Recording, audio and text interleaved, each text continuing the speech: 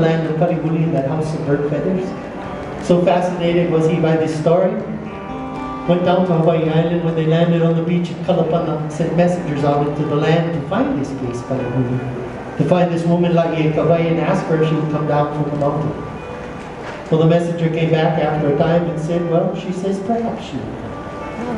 And if she does choose to come, she will let you know by sending a sign through the birds.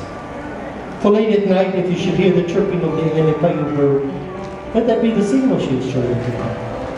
During the course of the night, when you hear the sound of the apapan, well, that should tell you she's prepared and traveling down from the mountain.